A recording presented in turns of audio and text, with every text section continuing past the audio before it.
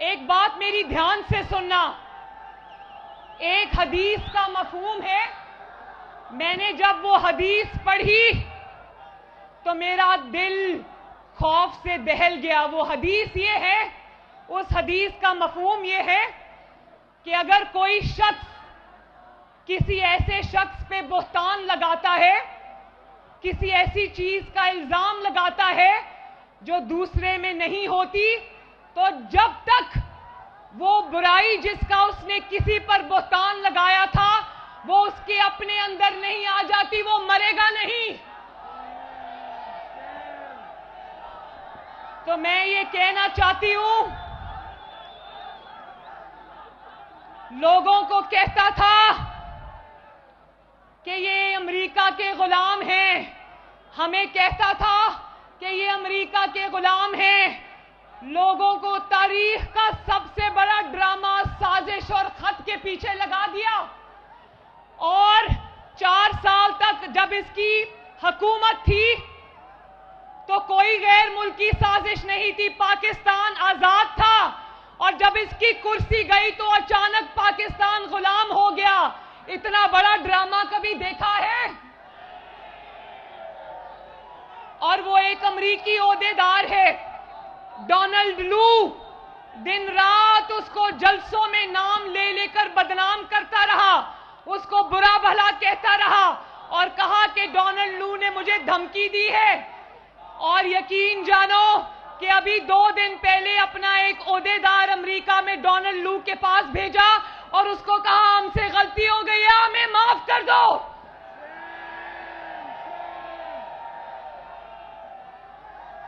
बताओ, ऐसा संगीन मजाक कोई अकल और शऊर रखने वाला बंदा कर सकता है? तो पीपी 170 वालों, ये मजाक उसने अवाम के साथ नहीं किया, हमारे साथ नहीं किया, ये मजाक उसने पाकिस्तान, हमारे मुल्क के पाकिस्तान के साथ किया है।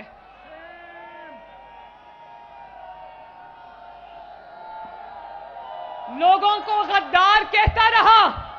जरा ध्यान से मेरी बात सुनना। नवाज शरीफ को गद्दार कहता रहा, दूसरे जमातों के सरबराहों को गद्दार कहता रहा, मुझे कहता रहा कि इसने सोशल मीडिया और मीडिया सेल के जरिए इसने कैंपेन्स चलाई। अल्लाह ताला का फजलो करम है, आज भी मेरे पर एक चीज साबित नहीं कर सका और अपनी बीवी पीरनी की ऑडियो सामने आ गई जो कह रही है कि कोई भी इल्जाम लगाए सबको कहना कि गद्दारी हो गई, गद्दारी हो गई।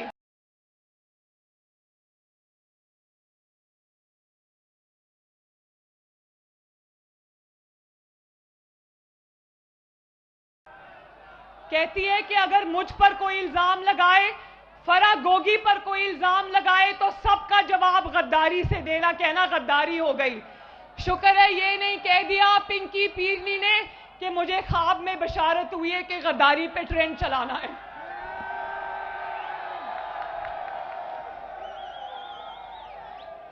और फिर मजहब का इस्तेमाल करता रहा।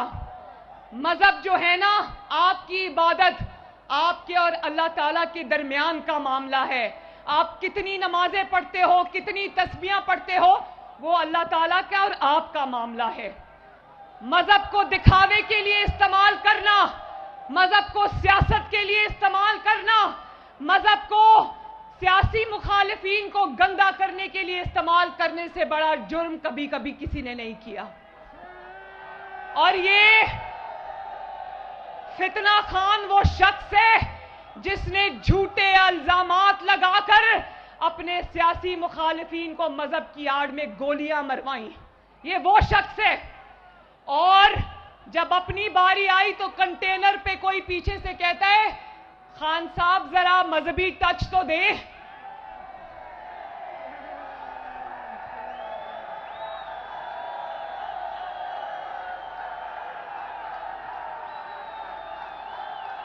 और जैसे ही उसने कान में कहा कि खान साहब जरा इस्लामी टच तो दे, खान साहब ने आउज़ुबिल्लाह बिस्मिल्लाह पढ़ के सारी आयतें पढ़नी शुरू कर दी। फिर मेरे भाइयों बहनों, लोगों को चोर कहने वाला, लोगों को डाकू कहने वाला पाकिस्तान की तारीख का सबसे बड़ा वारदातिया निकला। चाहे वो एलएनजी स्कैंडल हो, चाहे वो फरागोगी पिंकी पीरनी स्कैंडल हो, चाहे वो आटा स्कैंडल हो, चाहे वो एलएनजी स्कैंडल हो, चाहे वो शुगर स्कैंडल हो, चाहे वो बिजली स्कैंडल हो, तारीख के जितने बड़े स्कैंडल इमरान खान के दौर में आए, 75 साल में किसी के दौर में नहीं आए। और अब सुने, इसके घर के भेदी रोज लंका ढाते हैं, और उनमें से मेरा भाई एक ऑन चौधरी भी है, जो तहरीके इंसाफ छोड़ के निकलता है, चाहे वो अलीम खान साहब हो, या वो जहांगीर तरीन साहब हो, या वो ऑन चौधरी साहब हो, या वो उज़्मा कारदार हो, तोबा तोबा करते निकले कि इतना करप्ट आदमी हमने कभी नहीं देखा। आपका लीडर नवाज शरीफ, उस पर भी इतने इल्जामात लगे, लेकिन शायद वो तारीख का पहला लीडर है जिस पर इल्जामात लगे, लेकिन अल्लाह ताला के फजलो करम से एक भी इल्जाम कोई साबित नहीं कर पाया उस पर। इसकी जमात को जो छोड़कर आता है कानों को हाथ लगाता है, करप्शन की इतनी इतनी दास्तानें सुनाता है कि इंसान की अकल दंग रह जाती है। नवाज शरीफ को अव्वल तो कभी कोई छोड़कर नहीं गया, और अगर कोई बदकिस्मत नवाज शरीफ को कभी छोड़ भी गया तो वो बाहर आकर सियासी इख्तलाफ तो उसने किया, लेकिन उसने ये जरूर कहा कि नवाज शरीफ को मैंने करप्ट इंसान नहीं पाया।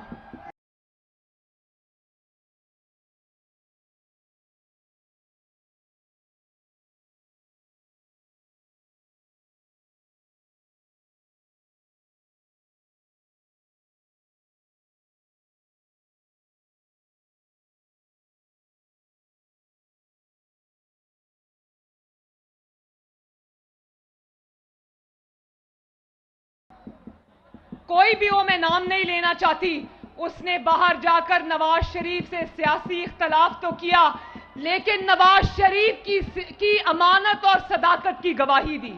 अल्लाह का शुक्र है, बोलो अल्लाह का शुक्र है,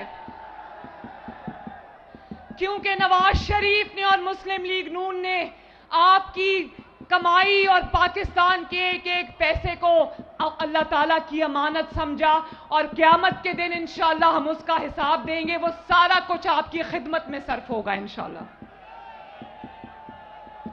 और मैं जरा सुनूं एक फितना जिसकी नजर फिर पंजाब पर है, वो पंजाब पे फिर डाका डालने के ख्वाब देख रहा है। आपसे सुनना चाहती हूं, यक जबान हो के आवाज देना। आप लोग जानते हो कि पंजाब का सबसे बड़ा दुश्मन कौन है? आप लोग जानते हो कि लाहौर का सबसे बड़ा दुश्मन कौन है? और जानते हो कि पंजाब क्योंकि शेर को वोट देता है, लाहौर शेर को वोट देता है, इसलिए इस फितना खान को पंजाब सीने पे सांप की तरह लौटता है।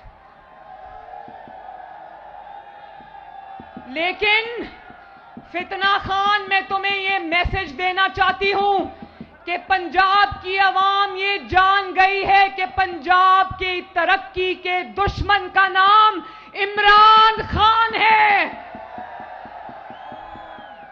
और 2018 में तो तुम पंजाब का मैंडेट चुराकर चलते बने थे ना। अब इंशाअल्लाह ताला ना सिर्फ पंजाब से बल्कि पूरे पाकिस्तान से तुम्हारी सियासत का सफाया होने जा रहा है इंशाअल्लाह। मैं ये बात कहना चाहती हूं कि जो आपका सूबा है ना पंजाब, आपका जो शहर है लाहौर, उस सूबे को 12 करोड़ के सूबे पर एक गैंग हुकूमत कर रहा था। हुकूमत नहीं कर रहा था, वो लूट रहा था खजाना। वो गैंग का नाम आता है, वो गैंग जो है ना वो मनी गाला गैंग है, जिसमें पिंकी पिंकी पीरनी के बच्चे फरागोगी